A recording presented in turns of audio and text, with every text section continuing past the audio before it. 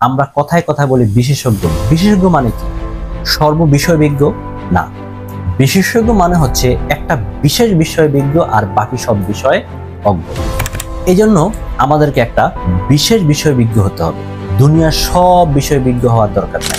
Job specialisation, এই যে আধুনিক ম্যানেজমেন্ট, আধুনিক এইচআর পলিসি, আপনি যদি একটু স্টাডি করেন দেখবেন সেখানে বলা হয়েছে কোনো একটি প্রোডাক্ট তৈরি করার জন্য লাগে অ্যাসেম্বলি লাইন।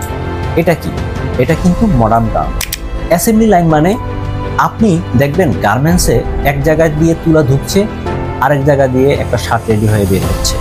এই তুলা দিয়ে একজন সুতা বানাচ্ছে, সুতা বানিয়ে সামনে পাঠিয়ে দিচ্ছে, ওই সুতা দিয়ে আরেকজন কাপড় বানিয়ে সামনে পাঠিয়ে দিল।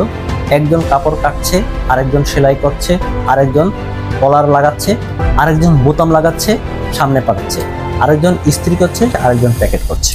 এখানে দেখেন এক একজনের এক একটা কাজ।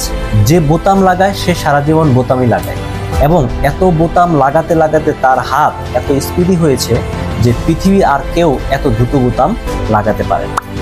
কিন্তু একজনকে যদি পুরো শার্টটা বানাতে বলেন এত অল্প সময় হবে না।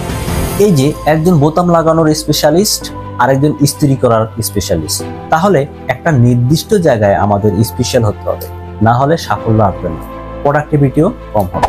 সুতরাং আপনার লক্ষ্য যাই হোক না কেন, সেই লক্ষ্যে পৌঁছানোর জন্য প্রথম যে উপক্রম লাগবে সেটা হচ্ছে বিশ্বাস।